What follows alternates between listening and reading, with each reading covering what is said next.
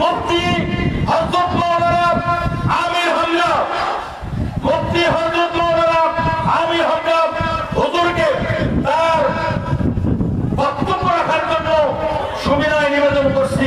আসসালামু আলাইকুম।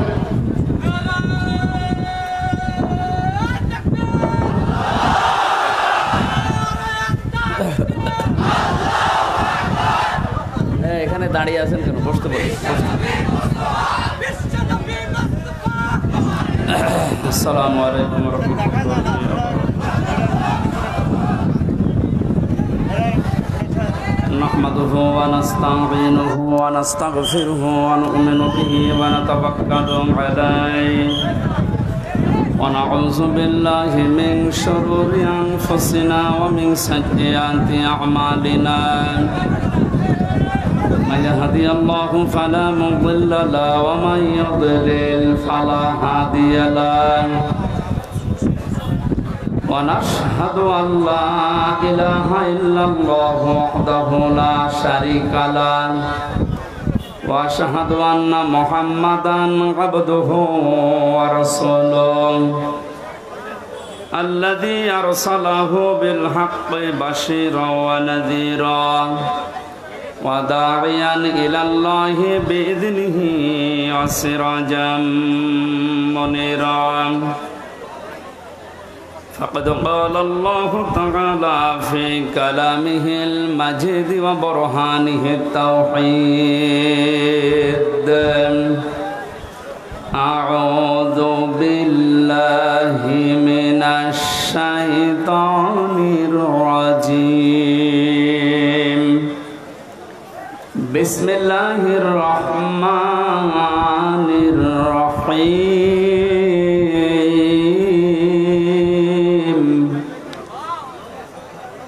يا أيها الذين آمنوا اتقوا الله وكونوا مع الصادقين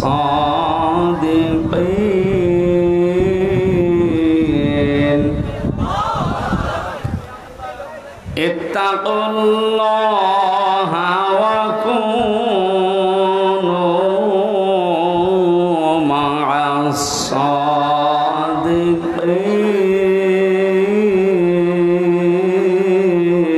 الصادقين صدقت يا ربنا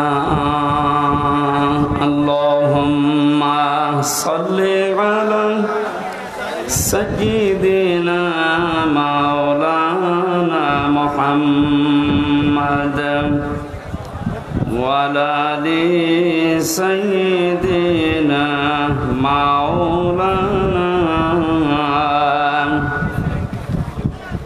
আলহামদুলিল্লাহ। এই এত কথা বলেন কেন? কথা বন্ধ করেন, এমনি সময় কম দেখছে না?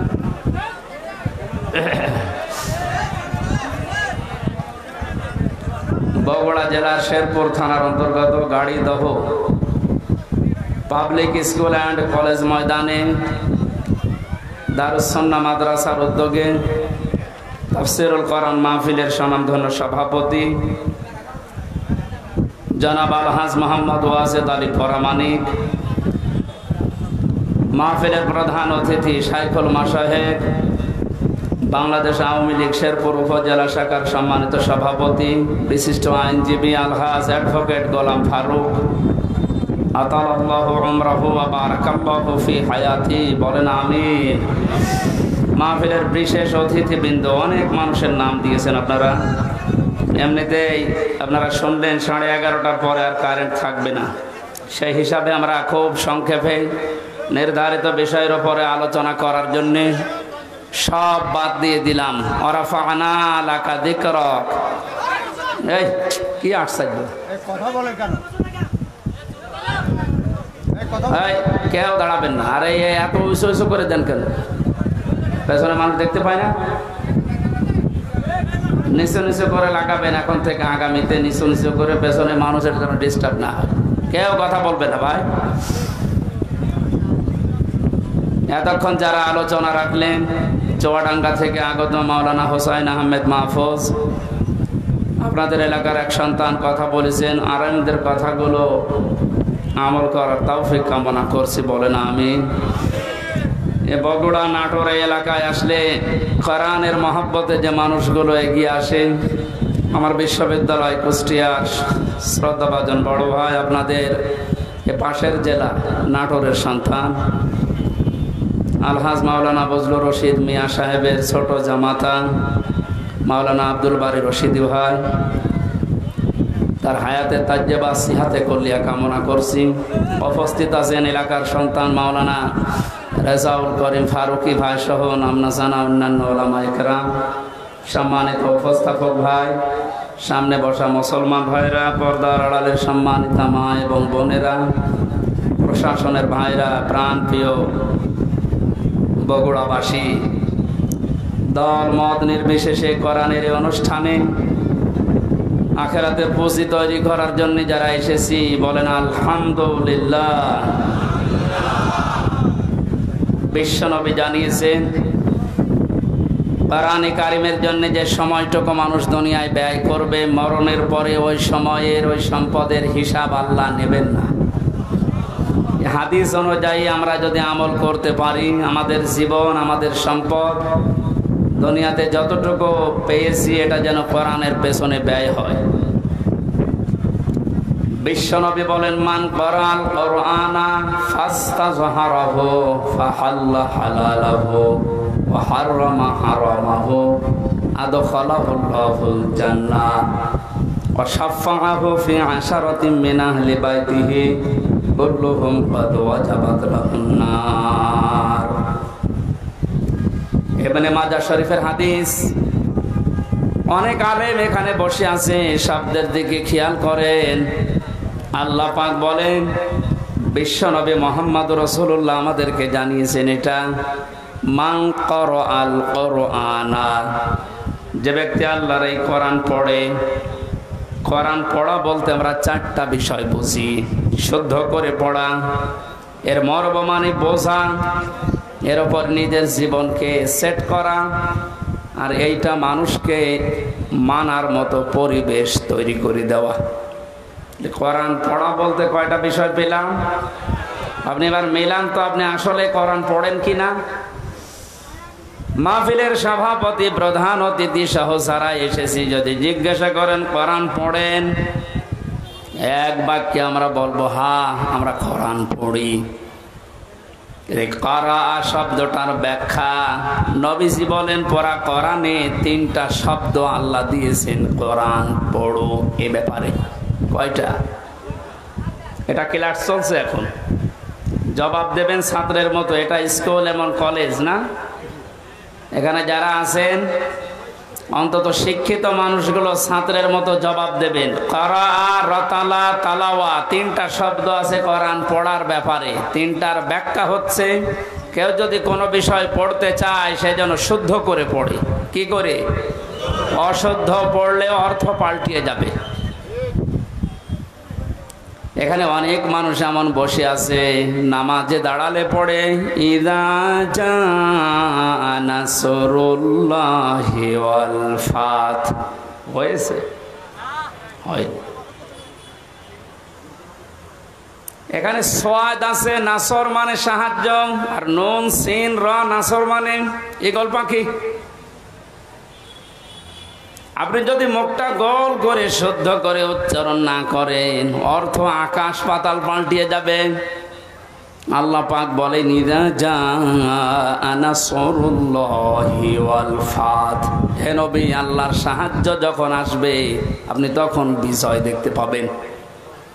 যদি মুখটা গোল না করে সিন দিয়ে উচ্চারণ করেন, অর্থ হয়ে যাচ্ছে হে নবী যখন শকুন আসবে, ঈগল পাখি আসবে, তখন আপনি বিজয় পাবেন। হয়েছে?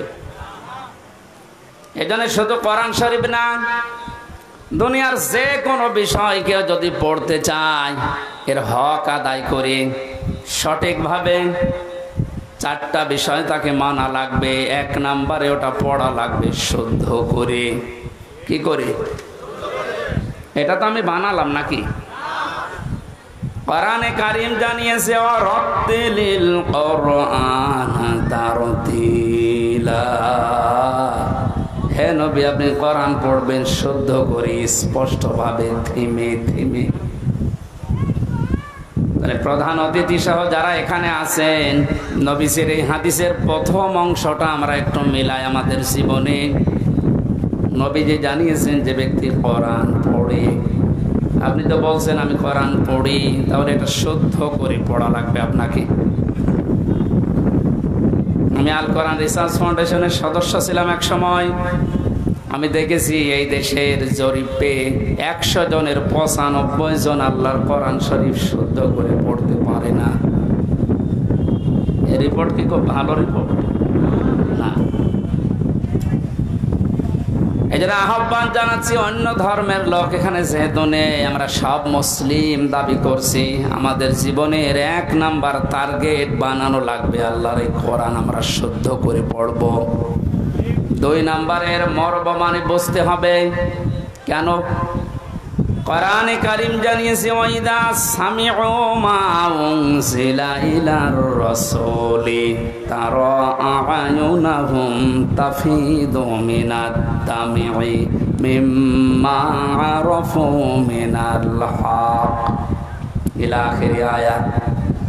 সূরা মায়েদা 7 নাম্বার পারার 1ম নাম্বার পৃষ্ঠার 1ম নাম্বার লাইনের 83 নাম্বার আয়াতের প্রথম অংশে আছে। এটা তাফসিরে ইবনে কাসিরে পাবেন। আল্লাহ পাক বলেন, হে নবী আপনি যখন আমার বান্দাদের সামনে কোরআন পড়বেন, যারা এর মর্ম মানেগুলো অনুধাবন করতে পারে, বুঝতে পারে যে আমি কি বলতে চাই, আপনি দেখবেন তাদের চোখ দিয়ে মনের অজান্তে পানি পড়ছে। কোরআনের আলোচনায় সবার চোখে পানি আসবে না, এটা বোঝার মতো যোগ্যতা আপনার থাকা লাগবে। এই জন্য কোরআন যদি কেউ হক আদায় করে পড়তে চায়, মাস্ট বি তাকে এটা বোঝার চেষ্টা চালাতে হবে।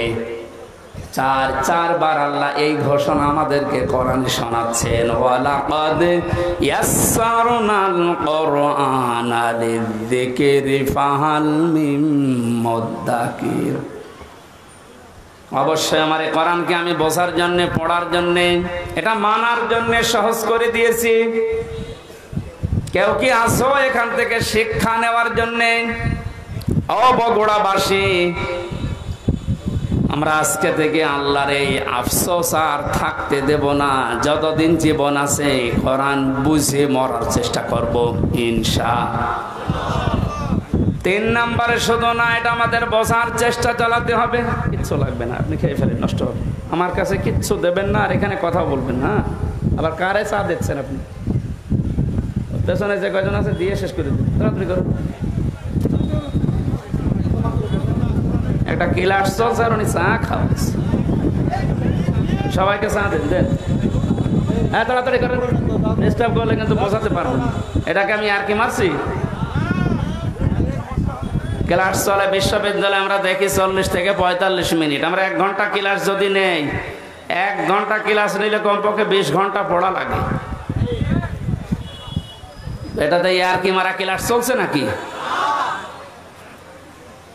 এক ছাত্র এসে স্যারের কাছে বলছে, স্যার হয় ছুটি দেন নাই আমি গেলাম। ছুটি দেন নাই আমি গেলাম মানে?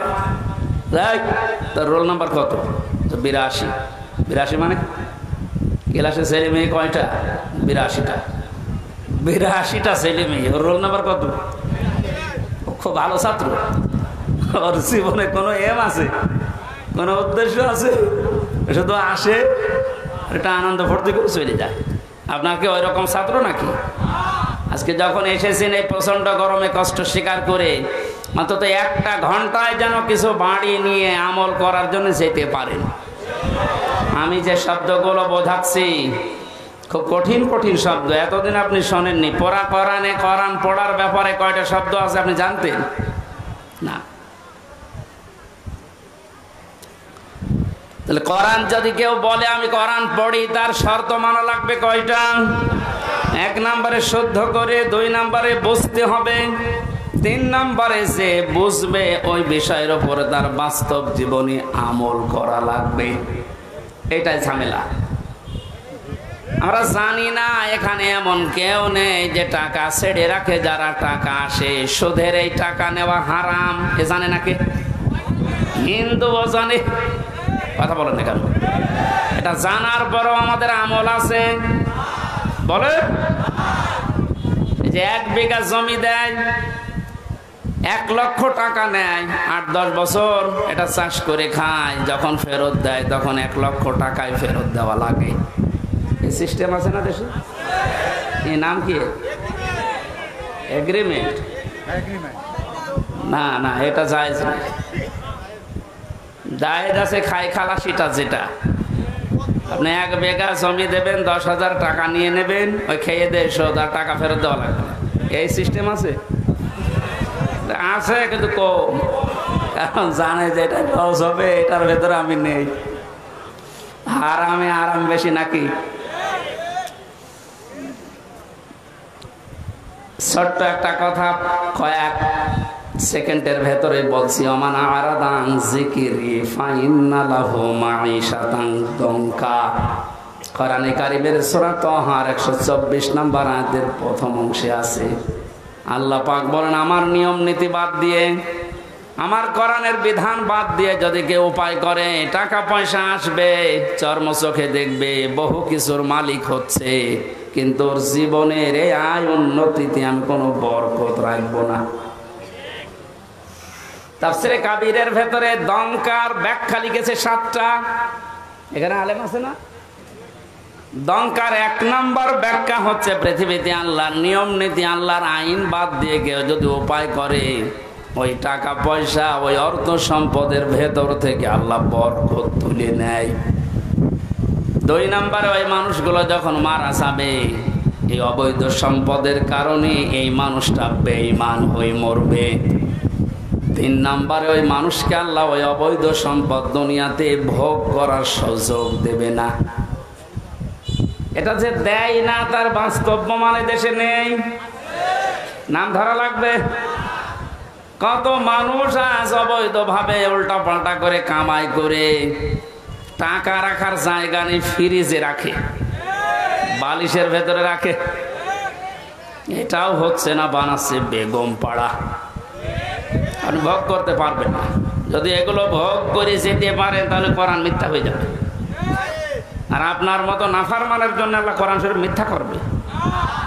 যেন দুনিয়াতে আপনাকে ওই টাকা, ওই সম্পদ ভোগ করার সুযোগ দেবে না, এর আগে আপনি পটল তুলবেন। 4 নাম্বারটা একটু ঝামেলা, এটা বাদ যাক।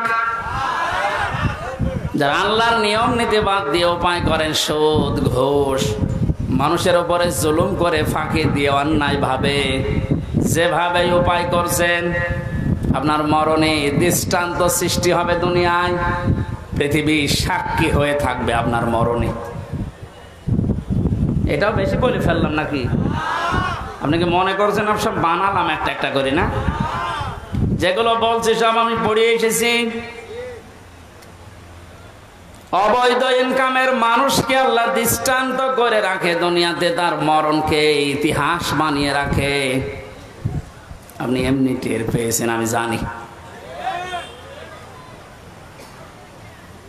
এই জন্য আমরা সাবধান হব। জানি সবাই এটা হারাম, কোরআন থেকে হাদিস থেকে পড়েছি, জানার পরও যে লোকটা মানে না, ওর কোরআন পড়া হয়নি। 4 নাম্বারটা, এটা সবচাইতে বড় ঝামেলা এবং কঠিন। নবীজি বলেন, কেউ যদি কোরআন পড়ে এ কথা বলে, সে শুদ্ধ করে পড়বে, সে ওইটা বোঝার চেষ্টা চালাবে, নিজে মানবে, এবং এটা মানুষ যেন মানতে পারে সেই ব্যবস্থা করে দেবে। এটা ঝামেলা না? এটা যদি আজ কেউ করতে চায়, সে সবচাইতে বড় বিপদে আছে এই বাংলাদেশে। আমি কোরআন পড়ি, আমি শুদ্ধ করেই পড়ি, আমি বুঝি, এবং আমি যতটুকু বুঝি অতটুকু মানার চেষ্টা চালাচ্ছি, অসুবিধা নেই। 4 নাম্বারটা, আমি যতটুকু মানি এটা মানুষ যেন মানতে পারে, ওই ব্যবস্থা আমি করে দিতে চাই। এটা কোরআন পড়ার 4 নাম্বার শর্ত। এই কথা বলছেন না কেন? 4 নাম্বারটা কি সহজ না কঠিন? এটা করতে গেলে আজ পদে পদে বিপদ। তাহলে 4টা শর্ত যারা মানে না, ওদের কোরআন পড়া হচ্ছে। জন্মের পর থেকে এটা শুনেছি, কেউ যদি কোরআনের একটা হরফ পড়ে, তার নেকি হয় কয়টা? আপনার পড়া তো আবার পড়ার মতো হওয়া লাগবে। আপনি তো আমার ছোট মেয়ের মতো পড়েন, ওর বয়স 4 বছর, ও তো পড়ে। ওই এক লাইন পড়তে গেলে এক লাইনে যদি 10টা শব্দ থাকে 9টা ভুল করে, ওর পড়া হচ্ছে। আপনার পড়াও তো ওইরকম হয়ে যাচ্ছে। নবীজির হাদিসের প্রথম শব্দ ছিল যে ব্যক্তি কোরআন পড়ে, তার মানে 4টা শর্ত যারা দুনিয়ায় মানতে পারে ওদের পড়া হয়, আর ওদের প্রতিটি অক্ষরে 10টা করে নেকি হয়। দ্বিতীয় শব্দ ছিল ফাস্তাজহারাহু, কোরআন পড়ে শেষ করে দেয় না, যে ব্যক্তি কোরআনকে ইজহার করার চেষ্টা চালায়। যারা আরবি গ্রামার বোঝে, ফাস্তাজহারাহু এই শব্দের ব্যাখ্যা আমি যত পেয়েছি, আধুনিক ব্যাখ্যা হচ্ছে প্রকাশ করা, ইজহার করা, দাঁড় করানো, স্পষ্ট করা, কায়েম করা, বিজয় করা। কোরআন যারা পড়বে ওই 4টা হক অনুযায়ী এবং কোরআনকে বিজয়ী করার জন্য যারা চেষ্টা চালাবে, এই সংখ্যা বাংলাদেশে কম না বেশি? ও, একটা জরিপ পেয়েছিলাম, এই দেশের 100 জনের 15 জন মানুষ শুধু মন থেকে চায় যে কোরআনে কারিমে দেশে ফাস্তাজহারাহু এটা বিজয়ী হোক, আর বাকি 100 জনের 85 জন শুধু টানা নানায় আছে। দ্বিতীয় পয়েন্টটা হচ্ছে না। 3 নম্বরে কি ছিল? ফাহাল্লা হালালাহু ওয়া হারামা হারামাহু, যে ব্যক্তি কোরআনকে ইজহার করতে পারে এই ব্যক্তি হালালকে হালাল মানবে, হারামকে হারাম জেনে ছেড়ে দেবে। আদখালাহুল্লাহুল জান্নাহ, নবীজি বলেন আল্লাহ তাকে জান্নাতে দিয়ে দিয়েছে, না জান্নাতে দেবে? হ্যাঁ, দিয়ে দিয়েছে। শব্দটার দিকে আমি খেয়াল করে চিন্তা ভাবনা করেছিলাম, নবীজি অতীতের শব্দ বললেন কেন? এটা পাস্ট, এটা মাজি। আদখালা ইউদখিলু, নবীজি মোজারে দিতে পারতেন, মাজি দিলেন, অতীতের পাস্ট দিয়েছেন কেন? তার মানে কোন পরিবার, সমাজ এবং রাষ্ট্রে যদি কোরআন বিজয় থাকে, ওখানে হালালকে হালাল মানা আর হারামকে হারাম জেনে ছেড়ে দেয় সহজ। যেই সমাজে, যেই দেশে কোরআন বিজয় নেই, ওখানে হালালকে হালাল জানার পরও আপনি মানতে পারবেন না। এক কথা বলছেন, হারামকে হারাম জানার পরও আপনি ছেড়ে দিতে পারবেন না। নাকি এই জায়গাগুলো দেশে নেই?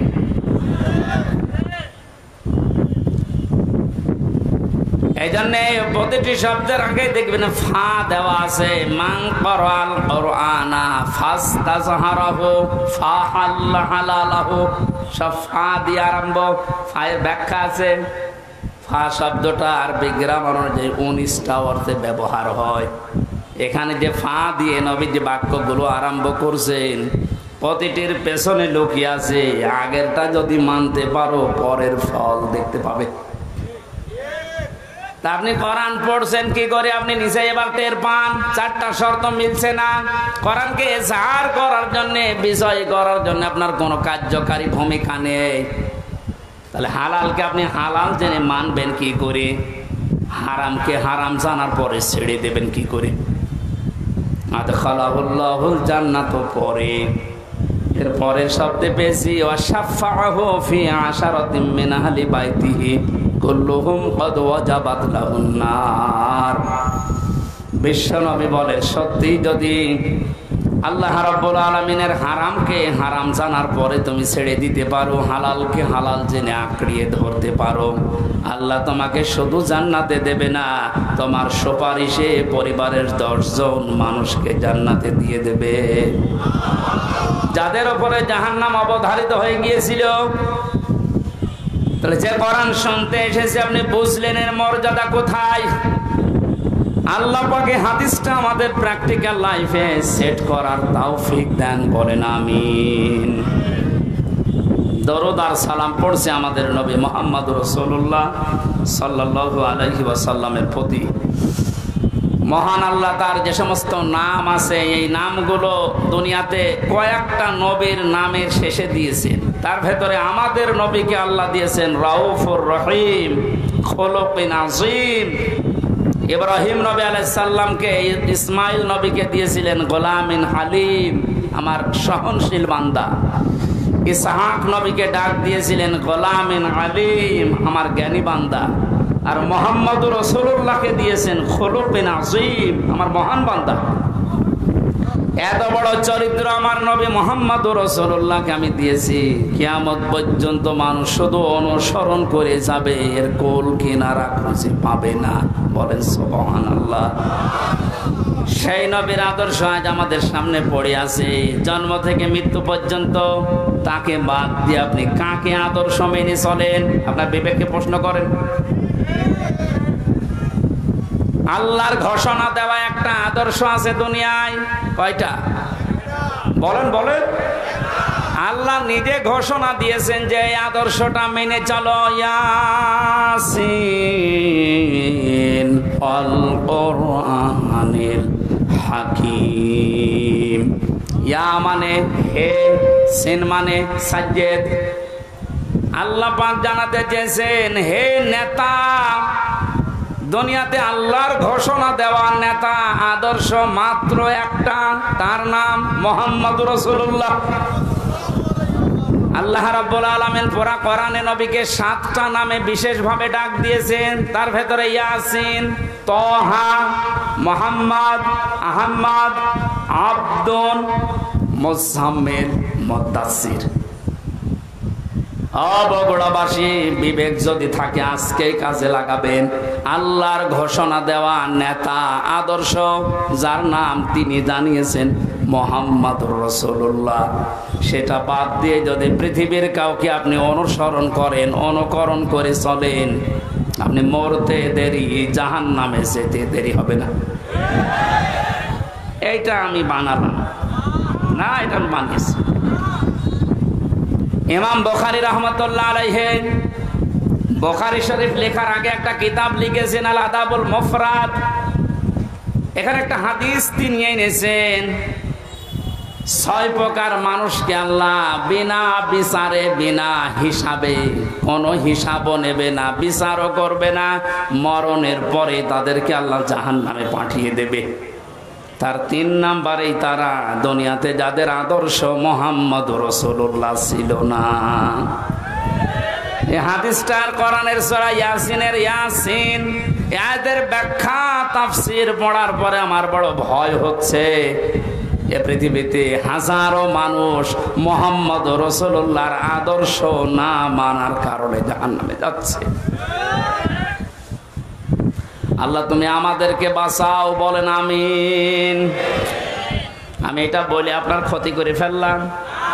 হ্যাঁ, আপনি তো ধরা খাবেন। চোখ বন্ধ হওয়ার পরে আপনি এখনই ধরা খাবেন। নবীজির একটা কথা 100 ভাগের 1 ভাগও মিথ্যা নেই। যাদের আদর্শ এখনো ঠিক হয়নি, মুহাম্মদুর রাসূলুল্লাহ বাদ দিয়ে অন্য কাউকে যারা মেনে চলছেন, এখনই তওবা করে পরিবর্তন হবেন, নয়তো আপনার কোনো হিসাব নেই, বিচার নেই। আপনি মরে গেলেই বিনা হিসাবে, বিনা বিচারে জাহান্নামী। আল্লাহ তুমি আমাকে সহ যারাই আমরা এসেছি এটা বুঝে মানার তৌফিক এখনই দান করো। আরো জোরে বলেন। কোরআনে কারিমের 6666 আয়াতের মাত্র একটা আয়াত পড়েছি, সূরা তাওবা 119 নাম্বার আয়াত।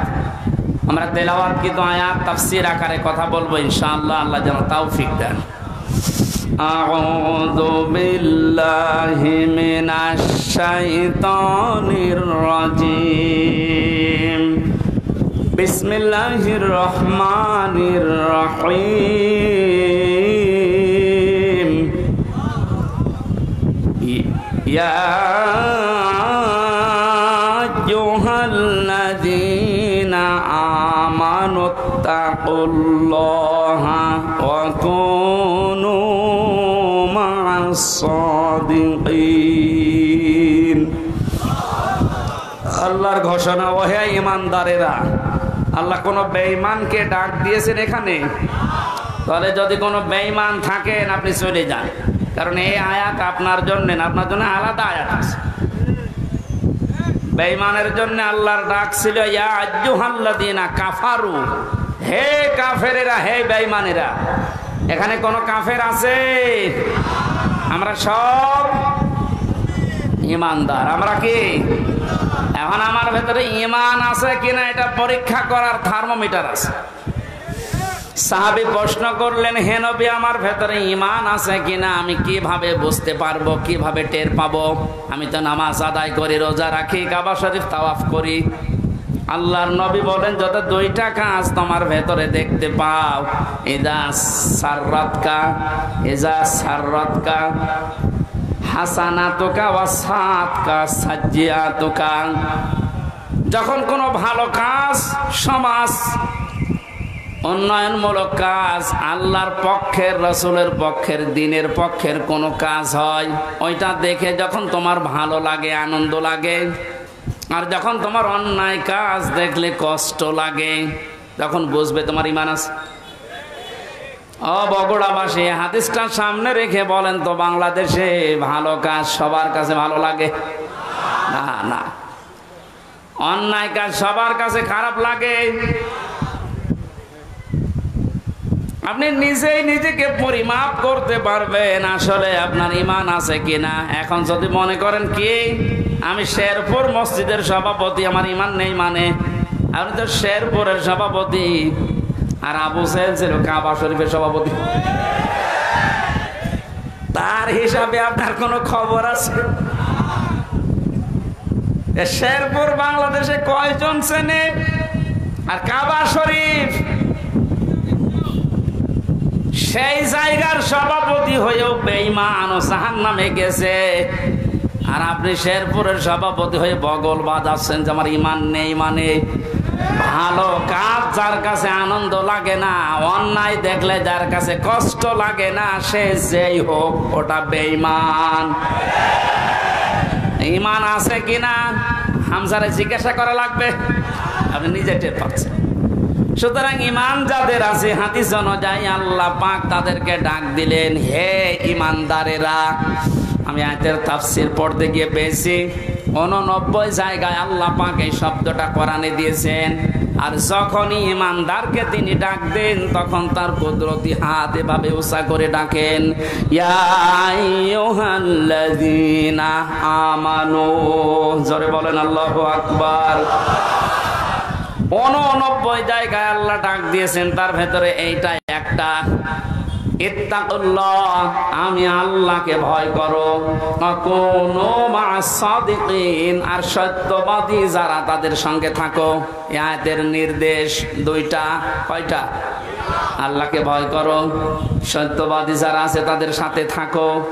বোঝা হয়ে গেছে না? আল্লাহুম্মা আমিন। না মানে আপনি বলছেন বোঝা হয়ে গেছে। এবার আসেন তো এই দুইটা শব্দের ব্যাখ্যায় যায়। কোন আয়াত থেকে যদি কেউ তাফসীর শুনতে চায়, করতে চায়, তাফসীরে মাজহারি আল্লামা সানাউল্লাহ পানিপতি রহমতুল্লাহ আলাইহি লিখেছেন, কেউ যদি কোরআনে কারিমের কোন আয়াত থেকে কথা শুনতে চায়, কমপক্ষে 5টা বিষয় থেকে তাকে আগে কথা শোনা লাগবে। 1 নম্বরে শুদ্ধ তেলাওয়াত, যেটা করলাম। 2 নম্বরে যেই ভাষায় কথা বলে ওই ভাষায়, মাতৃভাষায় অর্থ, এই যে শুনলাম। 3 নম্বরে ওই আয়াতের ঐতিহাসিক প্রেক্ষাপট, শানে নজুল যেটা বলা হয়, ব্যাকগ্রাউন্ড, এটা আমি বলবো এখন। 4 নম্বরে আয়াতের বাস্তব শিক্ষা দেওয়া লাগবে। ওই মান ধাতা বলে কি হয়েছে গুলো বাদ দে, এখন বাস্তবতা অনুযায়ী আয়াত আমাদেরকে কি দিতে চায়, এই শিক্ষাগুলো জনগণের সামনে দেওয়া লাগবে। 5 নম্বরে আয়াত থেকে যে শিক্ষাগুলো পাবে ওইগুলো নিয়ে বাড়ি যে আমল করবে। আমরা 2টা করে ফেলেছি, শুদ্ধ তেলাওয়াত আর মাতৃভাষায় অর্থ। যেটা সূরা তাওবার আয়াত, কোন সূরা বলেন বলেন? 129টা আয়াত আছে, মাত্র একটা আয়াত পড়েছি, 119 নম্বর আয়াত। তাওবা শব্দের শাব্দিক অর্থ আমরা অনেকেই মনে করি তাওবা মানে আস্তাগফিরুল্লাহ রাব্বি মিন কুল্লি যামবি ওয়া আতুবু ইলাইহি, হয়ে গেল। তাওবা আর ইস্তেগফার এই দুইটা কিন্তু এক না, এই দুইটার শব্দ আলাদা, মাজদারও আলাদা। কথা বুঝতেছেন? তাওবা আর ইস্তেগফার, কেউ যদি ইস্তেগফার করতে চায় সব সময় আপনি করতে পারবেন, কিন্তু তাওবা আস্তাগফিরুল্লাহ আস্তাগফিরুল্লাহ আস্তাগফিরুল্লাহ বললেই তাওবা হয় না। তাওবা করার জন্য কমপক্ষে মানুষের জীবনে 3টা বিষয় মানা লাগে। ইস্তেগফার আর তাওবার ভেতরে পার্থক্য এই, কোন মানুষ যদি তাওবা করে ওর পেছনের অপরাধগুলো শুধু আল্লাহ মাফ করে দেয় না, ওই পোড়া জায়গাটা আল্লাহ নেকি দিয়ে ভরাট করে দেন। এখানে যারা এসেছি আজকে আমরা শুধু ইস্তেগফার না, তাওবা করার মতো তাওবা করে বাড়ি যাব। পেছনের অপরাধগুলো শুধু যেন মাফ হয়ে না যায়, ওই জায়গাটা যেন আল্লাহ নেকি দিয়ে ভরাট করে দেয়। বলেন আমিন। 1 নম্বরে যদি তাওবা কেউ করতে চায় তাকে বলা লাগবে আল্লাহ আমি অপরাধী, আমি। এই স্বীকৃতিটা এই পৃথিবীতে মানুষ দিতে চায় না। দেখবেন এই দেশে হাতে নাতে ধরা পড়ার পর অস্বীকার করে না। না, তদন্ত করা লাগবে। তদন্ত 7 দিন সময় দিয়েছে যাদেরকে, ওদেরকে মাল মশলা মেরে ওর মুখ বন্ধ করে দেয়। আপনি যদি সত্যি তাওবা করতে চান সে যে কোনো বিষয়ে, আপনাকে প্রথমে স্বীকৃতি দেওয়া লাগবে ওই অপরাধের জন্য, ওই গুনার জন্য স্বীকার করা লাগবে যে হ্যাঁ আমি এই কাজ করেছি, আমি অপরাধী। এখন প্রশ্ন হচ্ছে আপনি স্বীকার করবেন কার কাছে? না না, আপনি শুনছেন না। অপরাধ করেছেন যার কাছে, স্বীকার করবেন তার কাছে। আপনি বিনা কারণে আমার মুখের উপর একটা থাপ্পড় দিলেন আর কাবা শরীফের গিলাফ ধরে বলছেন আস্তাগফিরুল্লাহ, হে আল্লাহ আমারে মাফ করে দাও, কিয়ামতের আগে মাফ পাবেন না। কারণ আপনি তো আল্লাহর গালে থাপ্পড় দেননি, দিয়েছেন আমার গালে। আগে আমার কাছে স্বীকার করেন যে হামজা ভুল হয়ে গেছে। হ্যাঁ, স্বীকার করার সময় আবার অনুশোচনা লাগবে, অনুতপ্ত হওয়া লাগবে। আপনি যদি একেবারে মোড নিয়ে বলেন এই হামজা মাফ কর, আপনার মাফ হবে? আপনার প্রতি রাগ যা ছিল আমার আরো বেড়ে যাবে।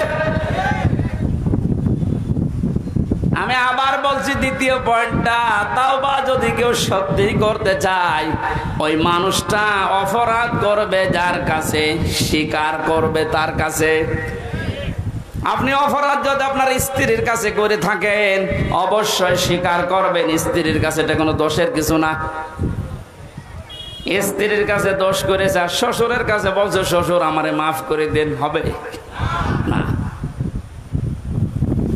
বিনা কারণে আপনি আমাকে পুলিশের হাতে তুলে দিলেন, আমি কিছুই জানি না ওই বিষয়ে, আর আপনি মাফ চাচ্ছেন মসজিদে নামাজ পড়ে, কিয়ামতের আগে মাফ পাবেন না।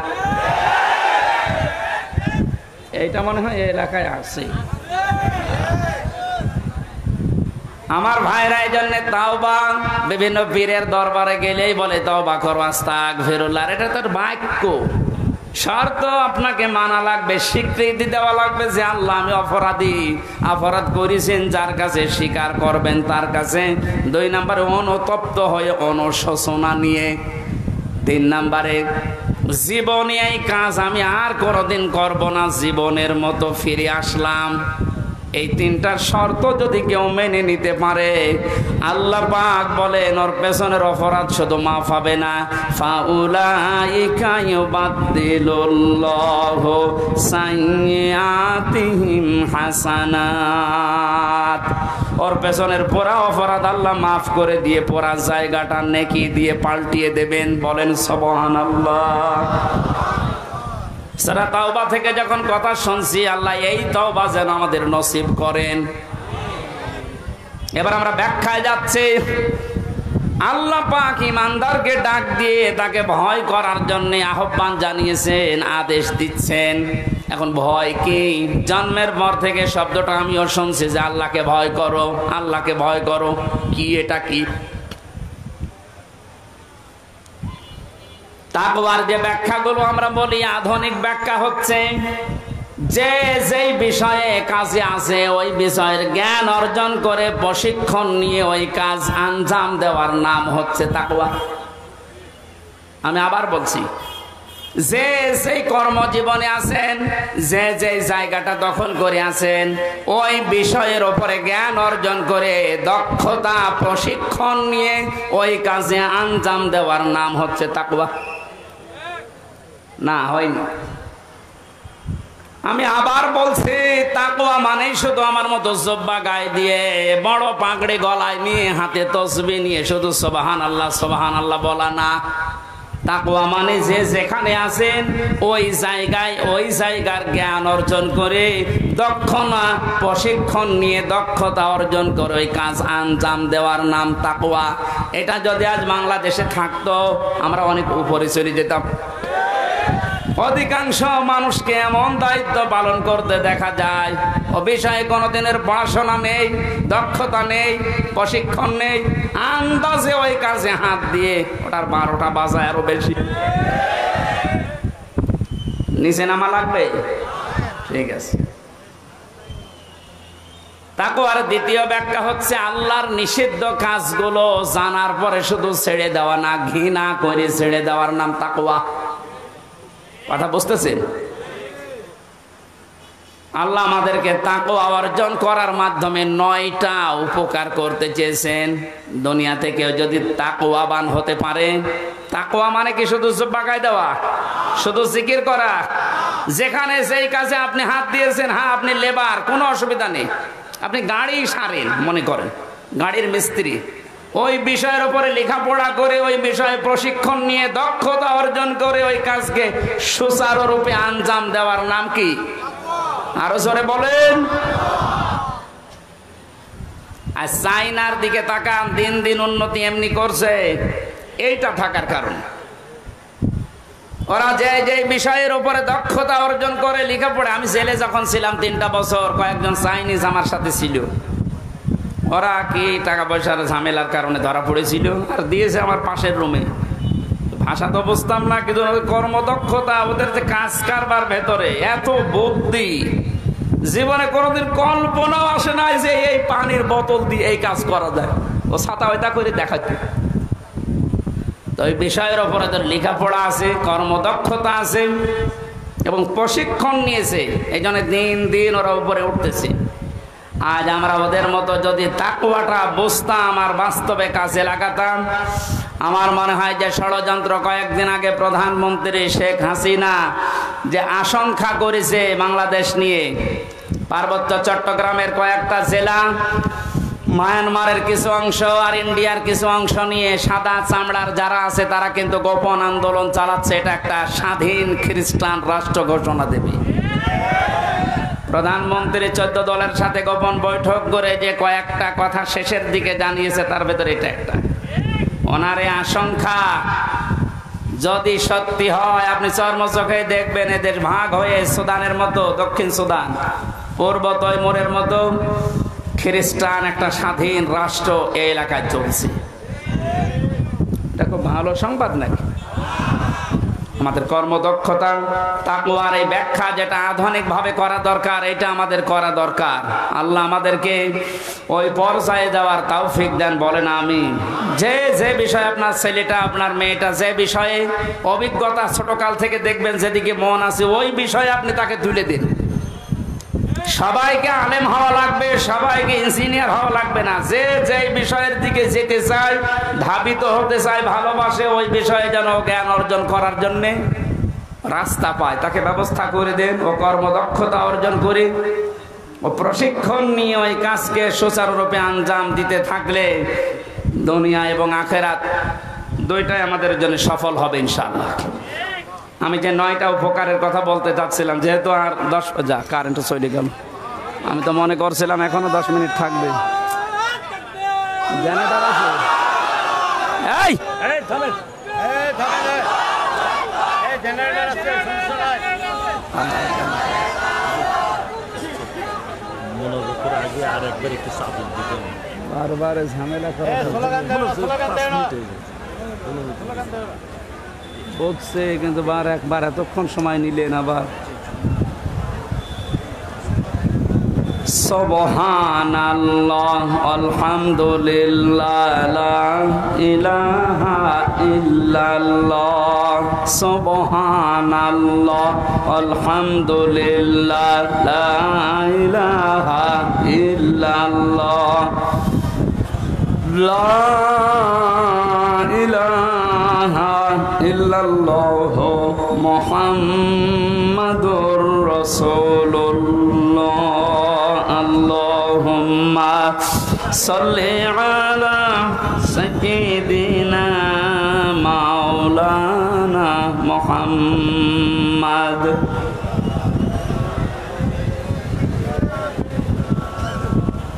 হাবিবানা মুহাম্মাদ।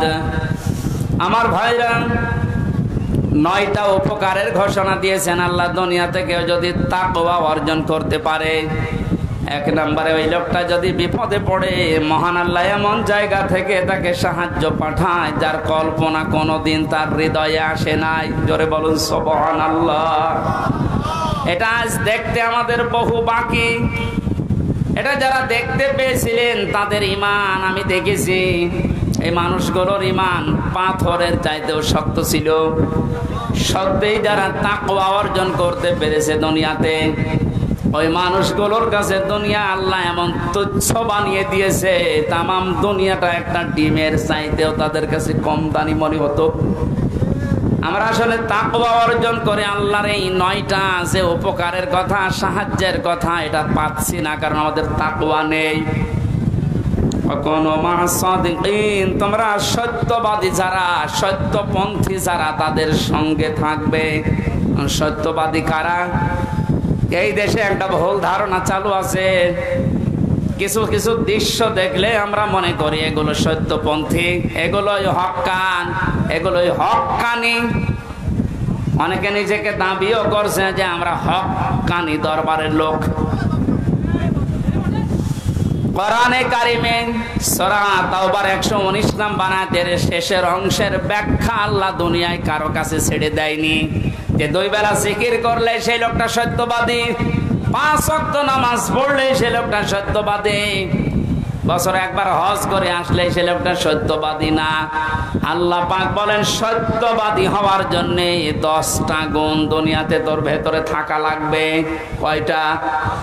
আরো জোরে বলেন। বগুড়াবাসী, আপনি এখন থেকে আমি সহ প্রত্যেকেই মিলাবো আল্লাহর বর্ণনা অনুযায়ী 10টা গুণ আমার ভেতরে আছে কিনা।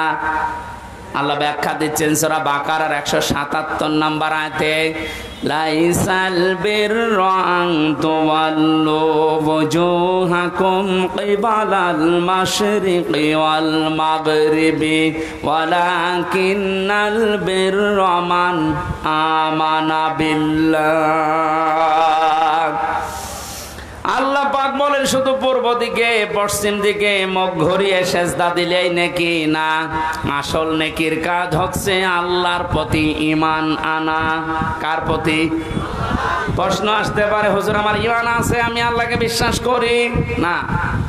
কেউ যদি আল্লাহকে বিশ্বাস করিয়ে কথা বলতে চায়, কমপক্ষে 4টা বিষয় দুনিয়াতে তার ভেতরে পাওয়া যাবে। আপনি এবার মিলান তো আপনার ভেতরে আছে কিনা। ওই যে কায়দায় পড়িয়েছিল হুজুররা ছোটবেলায়, মাওলানা কায়দায় পড়িয়েছে আমাদেরকে, আমানতু বিল্লাহি কামা হুয়া বিআসমাইহি ওয়া সিফাতিহি আকাবিলতু জামিআ আহকামিহি ওয়া আরকানি। পড়াননি? উনি বলতে চেয়েছে আমানতু বিল্লাহ, যারা বলে আল্লাহ আমি তোমাকে বিশ্বাস করে, প্রথমে আপনাকে স্বীকার করাচ্ছেন কামা হুয়া, আমি এমন আল্লাহকে বিশ্বাস করি যার অস্তিত্ব আছে। কি আছে? পৃথিবীর অন্যান্য ধর্মের লোকদের সাথে আমাদের মিল নেই, এই কারণে আমরা এমন আল্লাহকে বিশ্বাস করি যার অস্তিত্ব আছে, যার নাম আছে বিআসমাইহি, শুধু নাম না, তার নামের গুণাগুণ আছে, কার্যকারিতা আছে। আল্লাহর নাম আমরা অনেকেই জানি 99টা, আল্লাহর নাম 5000-এর উপরে। প্রতিটি নাম আল্লাহ নিয়েছেন, ওই নামগুলোকে গুণাগুণ দিয়ে কার্যকারিতা হিসাবে আমাদের দেখিয়েছেন। আল্লাহ রব নাম নিয়েছেন, এই কারণে নেই থেকে পূর্ণতায় আমাদেরকে পৌঁছিয়ে দিয়েছেন এই রব নামের কারণে। কথা বলেন না কেন? মায়ের বীর গভীরে যখন বাবার এই বীর্যটা দ্রুত গতিতে যে আশ্রয় নেয়, আল্লাহ রাব্বুল আলামিন বলেন এই যে নেই থেকে আস্তে আস্তে হামজা পর্যন্ত বানালাম। এই যে নেই থেকে পূর্ণতায় যিনি প্রতিটি জিনিসকে পৌঁছিয়ে দেন, আরবিতে তার নাম বলা হয় রব। এই নামটা আল্লাহ নিয়েছেন, এই কারণে হামজা এখানে বসে আছে।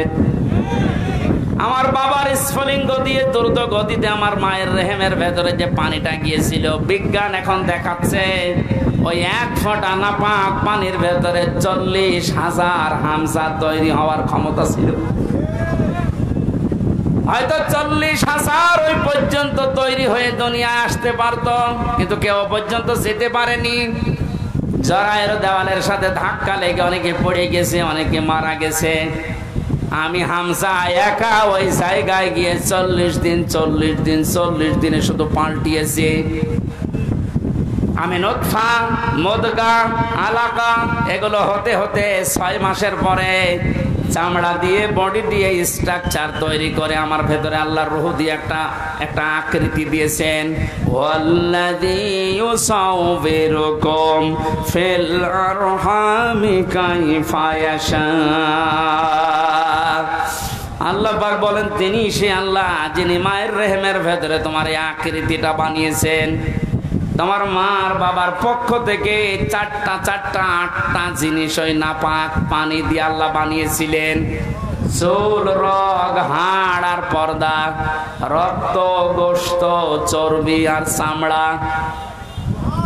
আল্লাহ পাক বলেন আমার নাম যে রব, এই কারণে আমি আল্লাহ নিজে 5টা জিনিস তোকে দিয়েছি হামজা।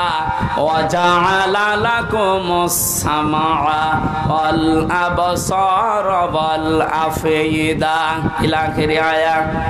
এটা সূরা নাহলের 78 নম্বর আয়াতের মাঝের অংশে আছে। আল্লাহ পাক বলেন শ্রবণ শক্তি, দর্শন শক্তি, বাক শক্তি, আকেল শক্তি আর ঘ্রাণ শক্তি, এই 5টা জিনিস আমি আল্লাহ আমার রব নামের কারণে তোকে দিয়েছি। 8, 5, 13টা জিনিস যখন এক হয়, ছেলে হবে না মেয়ে হবে, আকারটা আমি আল্লাহর সিদ্ধান্ত অনুযায়ী তৈরি হয়।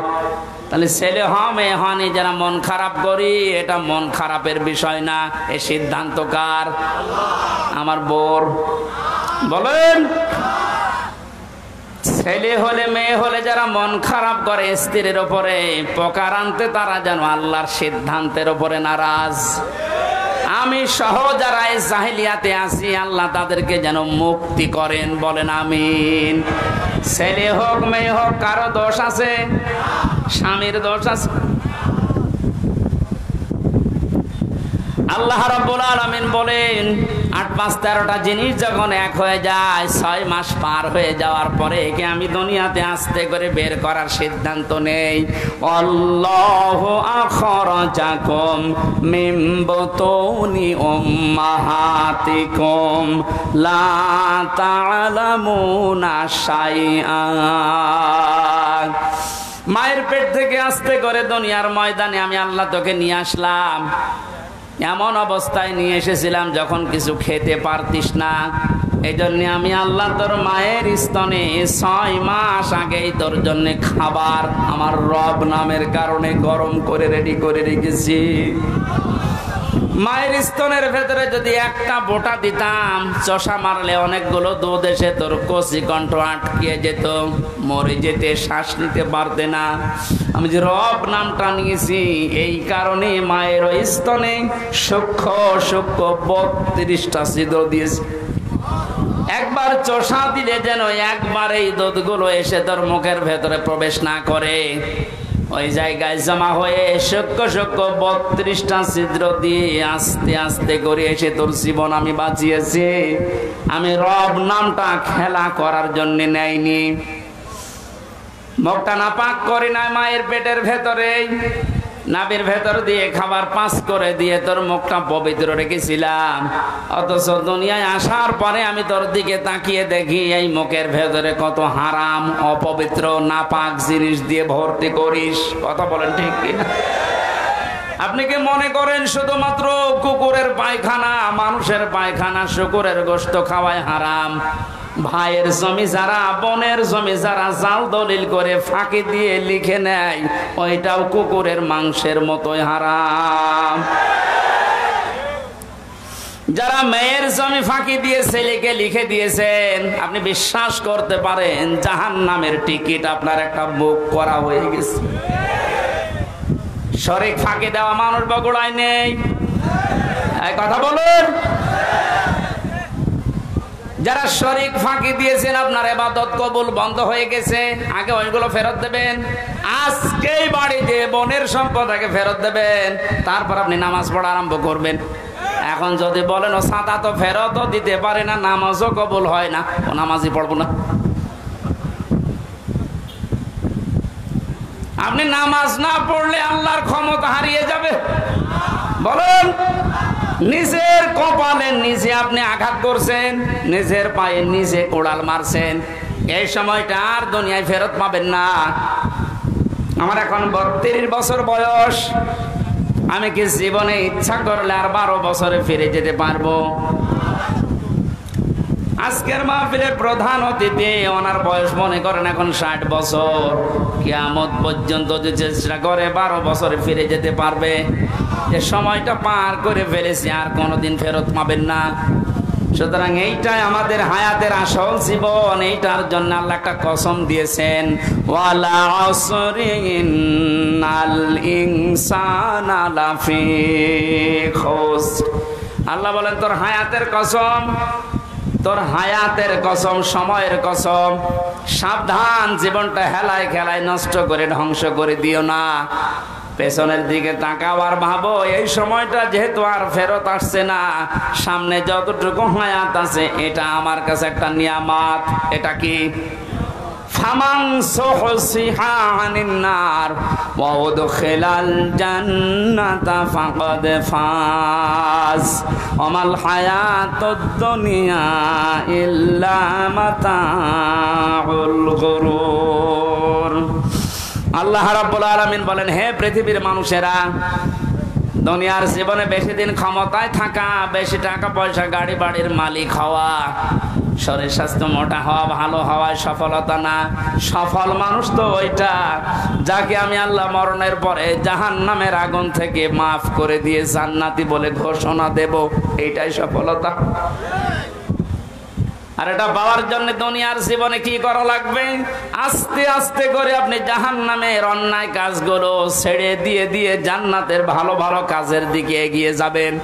সুতরাং এই দেশে আমরা যারা অন্যায়, অবৈধ, শয়তানি কাজ কারবার আস্তে আস্তে ছেড়ে দিয়ে মানবতার পক্ষে, ইসলামের পক্ষে এই কাজগুলো আস্তে আস্তে যারা আঞ্জাম দিতে পারবো, আপনি বুঝবেন আল্লাহ আপনাকে এই দুনিয়াতেই জাহান্নামের পথ থেকে জান্নাতের দিকে এগিয়ে দিচ্ছে।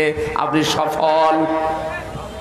আমাল হায়াতুদ দুনিয়া ইল্লা মাতাউল গুরুর, এই শব্দটা আল্লাহ এত কঠিন ভাবে কোরআনে দিয়েছেন। হে পৃথিবীর মানুষেরা, ভালো করে শোনো, দুনিয়ার জীবন কিন্তু একটা ধোঁকা। একটা কি?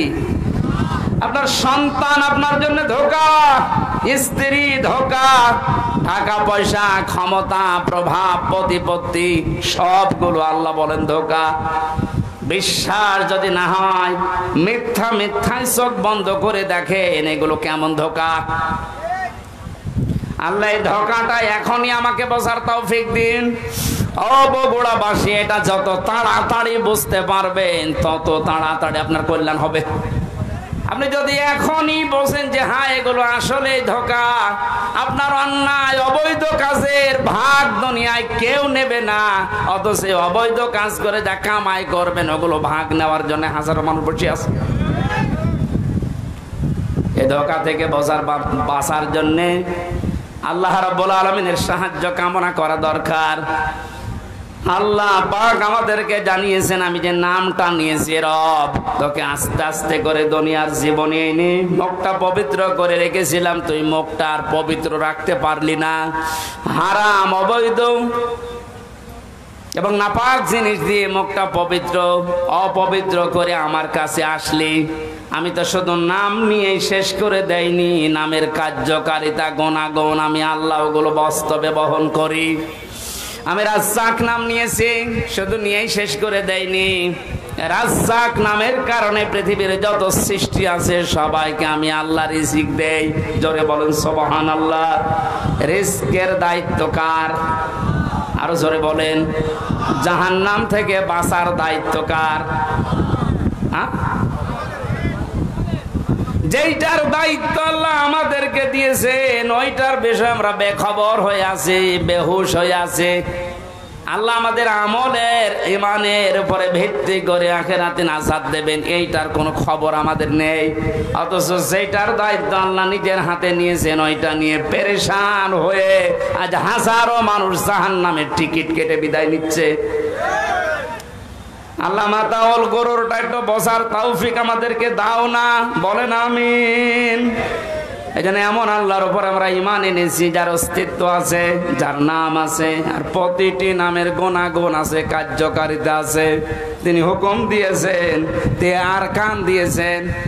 এগুলো যারা বিশ্বাস করে বাস্তব জীবনে মানতে পারে এই মানুষগুলোই আসল নেকির কাজে আছে।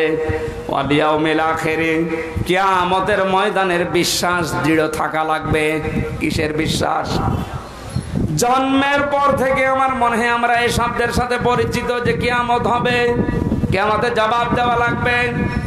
এটা যে নেকির কাজ, এটা যারা বিশ্বাস করেছিল তাদের জীবনের দিকে আপনি তাকান। আল্লাহ ঘটনাগুলো এমনি খেলা করার জন্য শুনিয়েছেন তা না। খলিফাতুল মুসলিমিন হযরত ওমর, এই যে হিসাব, এটা বিচার, এটা যে কি জিনিস আমরা এখনো অনেকে টের পাই না। উনি বিশ্বাস করেছিলেন যে বিচার হবে, হিসাব দেওয়া লাগবে। সন্তানটা ভর্তি করে দিলেন মাদ্রাসায়। হযরতে আব্দুল্লাহ, ওই একই জায়গায় হুসাইন হযরতে আলীর সন্তান লেখাপড়া করত।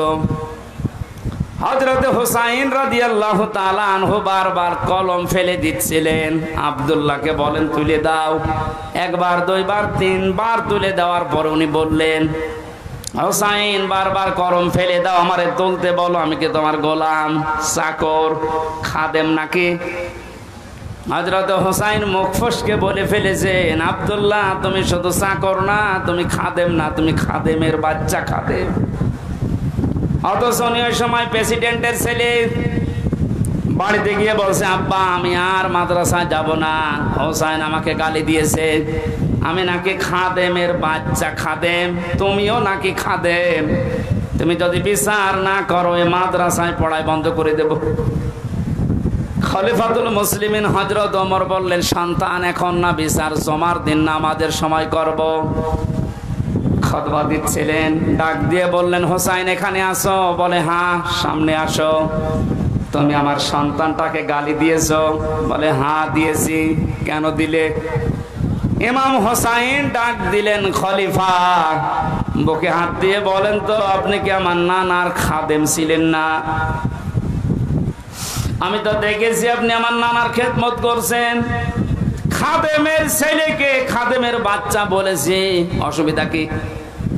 হযরত ওমর কেঁদে ফেললেন। ডাক দিয়ে বলে, হুসাইন আমি তো এভাবে কোনোদিন ভাবি নাই, তুমি শব্দটা লিখে দিতে পারবে? কাগজ কলম নিয়ে আসেন।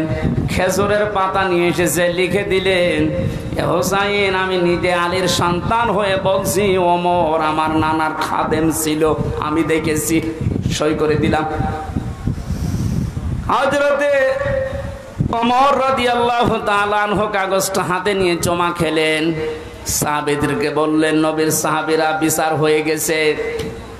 হযরত আব্দুল্লাহ তো ছোট মানুষ, বলে আব্বা তুমি তো বিচার শুরুই করলে না, কি করে হয়ে গেল? হযরত ওমর বলে, সন্তান যে বিচার করেছে দুনিয়া না, মরণের পরও কাজে লাগবে। আমি যখন মারা যাব এই কাগজটা আমার কাফনের ভেতরে দিয়ে দিও।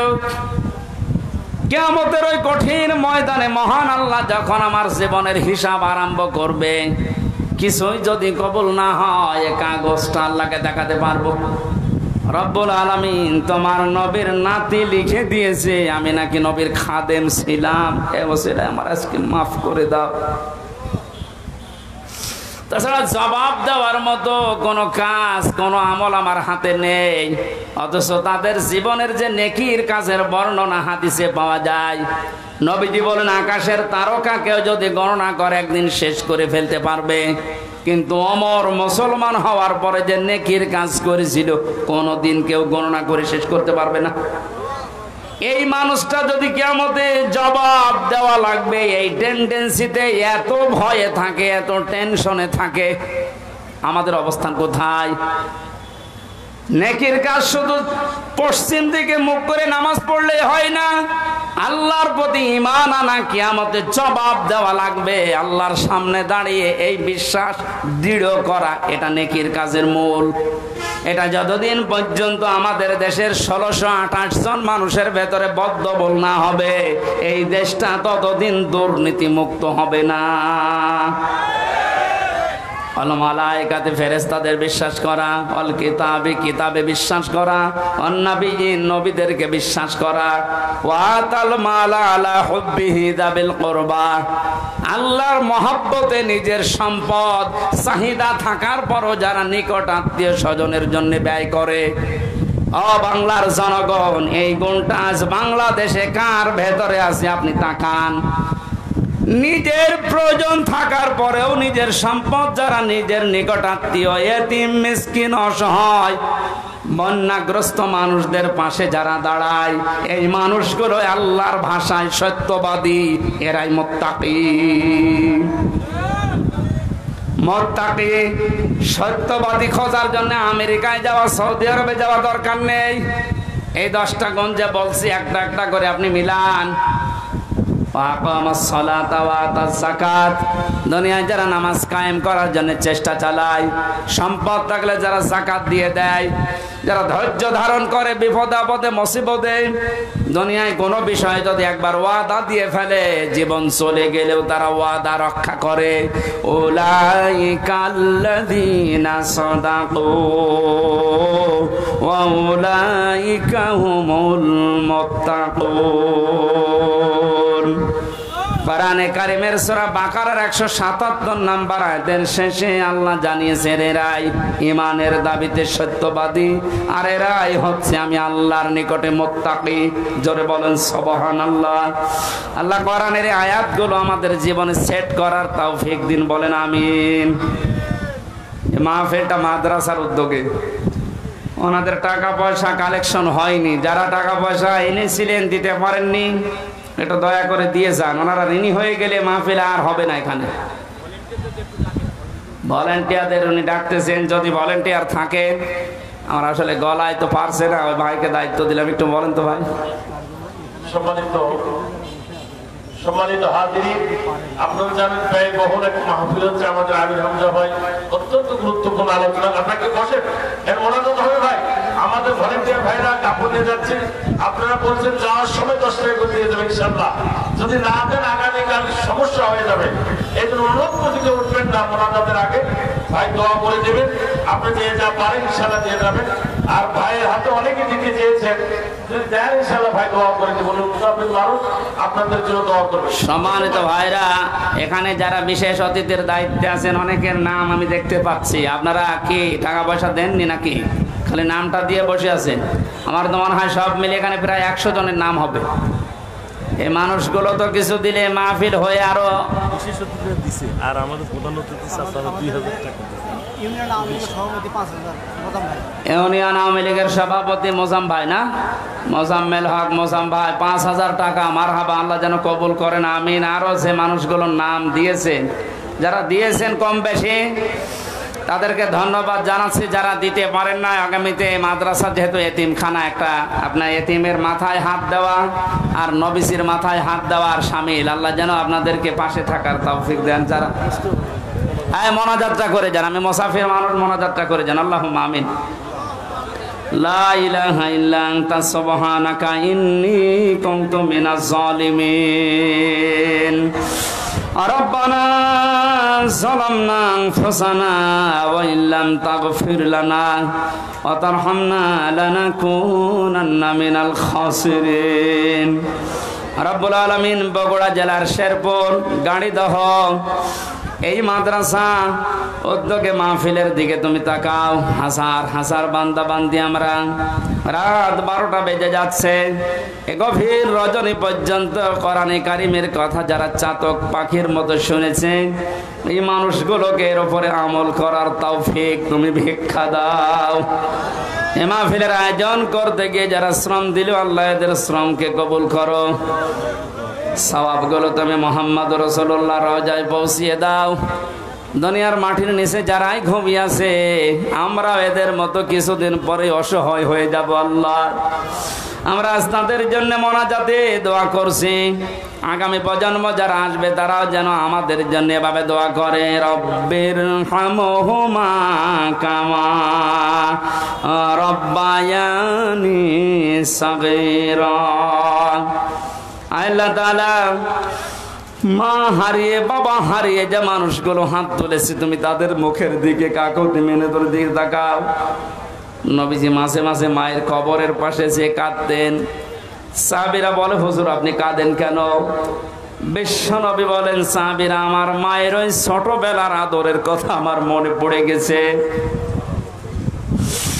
রব্বুল আলামিন মাহফিলের প্রধান অতিথি অ্যাডভোকেট গোলাম ফারুক তার মা বাবাকে হারিয়েছে। সন্তানের ওসিলায় নাকি তুমি মা বাবাকে মাফ করে দাও। তার হাতের দিকে তার চোখের দিকে তাকিয়ে তার মা বাবাকে তুমি কবরে জান্নাত দিয়ে দাও।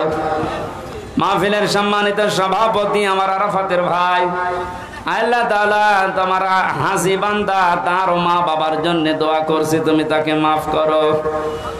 এই মাহফিলের আয়োজন করতে গিয়ে যত মানুষ শ্রম দিয়েছে, যে বাড়িতে এসে বসেছিলাম এ বাড়িওয়ালা সহ, এদেরকে যে মা পেটে নিয়েছে মায়ের পেট খাদিজার মতো বানিয়ে দাও। প্রশাসনের যে ভাইগুলো সাহায্য সহযোগিতা করেছে মাহফিলের জন্য, তাদের কবুল করো, মঞ্জুর করো। মা বোনদেরকে পর্দায় থাকার তৌফিক দাও, রোগ শোক থেকে বাঁচাও এবং গোড়া জেলার উপরে তোমার খাস রহমত নাজিল করো আল্লাহ রাব্বুল আলামিন। আমি সহ অনেকে অসুস্থ আছি, আমাদেরকে শেফায়ে কামেলা জেলা নসিব করো আল্লাহ। এবং ওরা শেরপুরে আসলে শ্রদ্ধাভাজন বড় ভাই মাওলানা আব্দুল্লাহ আলামিনের কথা মনে হয়, আল্লাহ তোমার গোলামকে দিনের দায়ী হিসাবে মঞ্জুর করে নাও। মাওলানা রেজাউল করিম ফারুকি, আব্দুল বারী রশিদি ভাই সহ এ মাহফিল যার মাধ্যমে এসেছি, আল্লাহ তাআলা ফরিদুল হক ভাই সহ যত আলেম এখানে এসেছে, আলেমদেরকে আলেম হিসাবে কবুল করে নাও।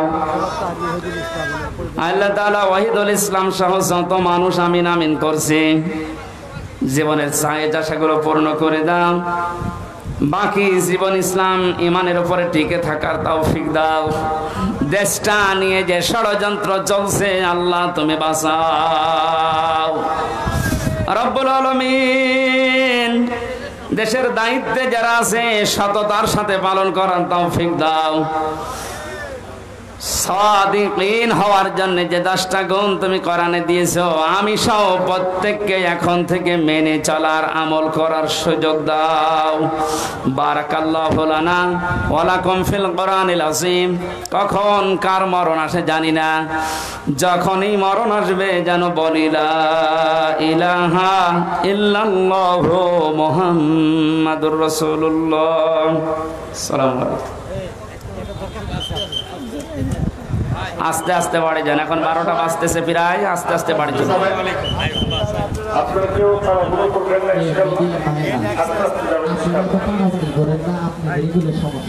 তাড়াহুড়ো করবেন না।